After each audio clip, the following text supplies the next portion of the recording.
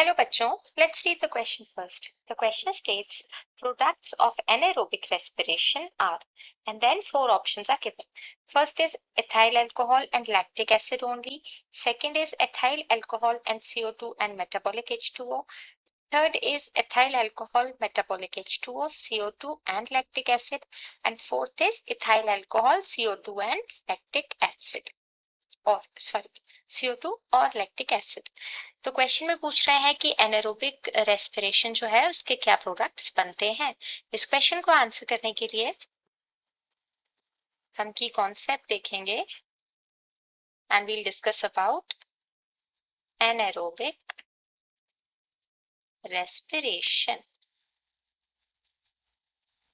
So anaerobic respiration is, as the name suggests, absence of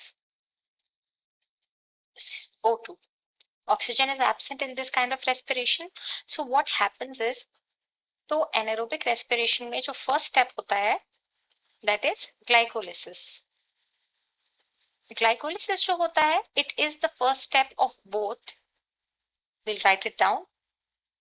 First step of both aerobic and anaerobic respiration. तो ये जो है ये first step हो गया ग्लाइकोलिसिस। जनरली क्या होता है ग्लाइकोलिसिस में कि ग्लूकोज जो होता है that is converted to pyruvate, and this pyruvate goes into Krebs cycle. लेकिन ये कंडीशन है O2 की प्रेजेंस में यानी कि एरोबिक रेस्पिरेशन में। लेकिन वहीं अगर एनारोबिक कंडीशन है O2 प्रेजेंट नहीं है तो इस कंडीशन में फर्मेंटेशन होती है and the result are lactate और इथाइल एल्कोहल। अब हम क्वेश्चन को आंसर करते हैं। फर्स्ट ऑप्शन में लिखा हुआ है प्रोडक्ट्स में ethyl alcohol and lactic acid only बन रहा है, यही हमारा करेक्ट आंसर होगा। सेकंड ऑप्शन में ethyl alcohol, CO2 and metabolic H2O की बात हो रही है। तो ये जो CO2 और H2O बनते हैं ये बनते हैं एरोबिक रेस्पिरेशन के टाइम में।